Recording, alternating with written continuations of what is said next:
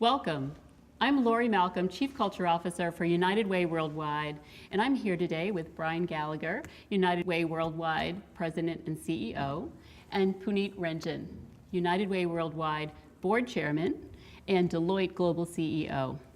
We're here today to discuss United Way's new strategy to help us fight for the health, education, and financial stability of every person in every community. Our mission is to improve lives by mobilizing the caring power of communities. Over the decades, our mission hasn't changed, but the communities in which we do our great work have changed. As a result, our strategy is also changing. So, Brian, I'd like to start with you. Can you tell me a bit about how society's changes are impacting our new strategy? Yeah, happy to, Lori. You know, I've worked for United Way my whole life. To me, it's the globalization of the economy and the globalization generally of the world. It's the migration of people. People continue to move within countries and across country borders. Even though media will focus on conflict, it's really for economic reasons. The third is demographic shifts. If you look just in the US, my generation, the boomers, are leaving the workforce, the millennials are coming. You have aging countries in East Asia, you have young communities in Latin America. The demographics are shifting dramatically, and then digital technology is speeding everything.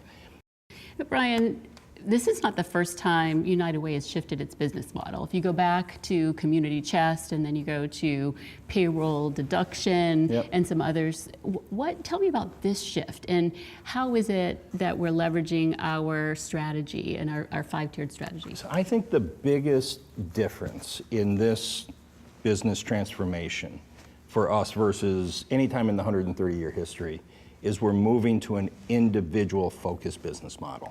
You know, so forever our business model has been business to business or institutionally focused. So we'd have a relationship with great organizations like Deloitte and other companies, government, universities and so forth, and we would work together to create a community agenda around social change, and then we would generate money from donors, and then we'd go spend it.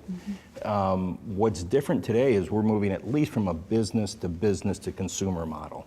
So the same way that employers are very focused on getting and keeping great talent, we have to become much more focused on those employees and then people outside the workplace. So it's an individual focused effort, and therefore our institutional relationships have to get way more strategic, because for us, what's always been true is we can't just be a nonprofit for people with means. We have to be the nonprofit for someone who wants to give $25, $250, or $10 million. And that means we have to increasingly focus on the individual, because technology allows those folks to have information that used to only reside in institutions. And so the business model has to shift to not the institutional relationship, but the individuals that actually want to give money, volunteer their time, advocate on behalf of certain issues and so forth. And for us, we have to think about our structure, our talent, our experiences that kind of move us toward this individual focused business model. It's a huge shift for us. Thanks, Brian. Let me pick it up there with Puneet. Puneet, as the leader of the world's largest professional services organization, what's your perspective on how we evolve to the changing world today in terms of introduction of digital and the rapid changes that we're facing? First, it's a real honor to be the chairman of United Way Worldwide. The world is changing, and it's changing on multiple levels. Technology and digital is a big enabler. It's also a big disruptor. But a key point that Brian made that I want to amplify is that our purpose, the purpose of United Way, is not changing. Our strategy is changing so that we can serve that purpose in a more compelling, a more effective way. So take Deloitte, for instance. We are 250,000 professionals across the globe. We've made a commitment that we are going to change 50 million futures, 50 million lives through literacy and education, take them out of poverty. And the point that Brian made around the individual focus is a big change. And the ability of digital to enable that so that we can interact with all 250,000 individuals in a very transparent way and show them as to how their giving is being leveraged, how they can volunteer. That is a profound change. And for us to be able to serve our purpose with all these changes that Brian talked about, it is imperative that we evolve and implement the strategy. Great. I'm going to turn to Philanthropy Cloud. Brian, there's a lot of buzz about Philanthropy Cloud in the network right now. Can you give us an example of how it works and how it is related to this shift that we're making towards empowering individuals? Well, let's keep this conversation going. The Philanthropy Cloud is simply creating a marketplace, a digital marketplace, where you put users, in this case, employees of our corporate partners, together with content. And that content could be volunteer opportunities, it could be specific nonprofits or NGOs, it could be causes that they care about and getting access to information about those causes. And it's connecting those two because the digital technology allows it.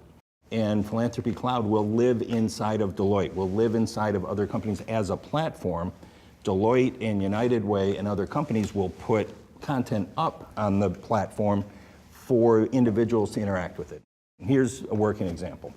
Let's say there's a young woman named Laura who works at Deloitte. She comes into her office, wherever it is, somewhere right now in North America. She sees a homeless person on the street. She gives that person some money. She feels good about it, but she starts thinking about, what can I do about homelessness? And then she's introduced to the Philanthropy Cloud. It's something that Deloitte has made available to her. She goes on and she wants to do two things. She wants to make a longer term contribution to a nonprofit or nonprofits that support homelessness, but she also wants to learn more about the issue.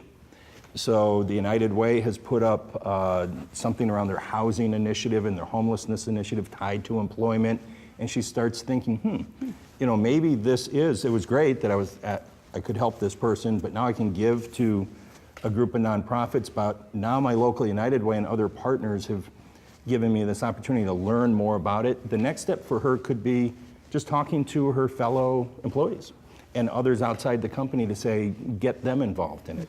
It's just creating a marketplace that used to be, you'd have to go through institutions. Now here's a couple of institutions and thousands of other of our corporate partners creating a place to have our employees and the content and communities come together. This not only enables an organization like ours to do the right thing, it enables our practitioners, our employees to participate and do the right thing. The other thing that it does is that in this changing world, it makes United Way very relevant in the center of giving. And the old model in this example that Brian gave would not work. Right. From our standpoint, it is not only the right thing to do, it is the right business thing to do. We have to make sure that the content is something that has depth and breadth and is easy. And the engagement has to be transparent. So you need to be able to show, if I put a volunteer hour or $1, what type of impact is it having? So Exactly. I think that loop needs to be closed. Yep, exactly. Right. So it's so much more. You're really putting the power in the hands of the individual and the partnership between United Way and companies. Do you have advice for the local United Ways and their board members who are looking at this and thinking about, how do I embrace the individual focus and digital technology? What should I think about? First, you can't argue with the fact that the world is changing, and the change imperative that Brian laid out is absolutely true. We're globalizing. Technology is playing a very, very important role, and we're at the same time individualizing, the point that you just made. And that doesn't just apply to United Way worldwide, it applies to each individual United Way, because it changes the relationship that they have with their donors and with the entities they're trying to impact. The other acknowledgement that we've made is that our purpose as an organization has not changed. But how we enable that purpose to be more effective has certainly changed because of those changes. So my take would be that you acknowledge the change, embrace it, and I would suggest that the strategy, well thought out, would be one that the United Ways would embrace, because it will enable them to be more effective. We have to have a sense of urgency. This is not a think about it for 2 years and then we'll start implementing. We have to go now, and both the scary part and I think the empowering part is we have to do this together. I've worked for 5 local United Ways, and so that's what I would say. Live the core of our mission, bring our communities back together again, and we have to have a sense of urgency and do it together. I have 2 takeaways from listening to Brian. One, it's individual, and the second is the impact is local. All the impact that we create has to be locally driven and impact the local community. And I think that's the power of United Way in a way. Exactly right. Thank you, Brian and Puneet. I think this is a really exciting future for our communities and for our partnership in United Way. And thank you all for joining us in the fight for the health, education, and financial stability of every person.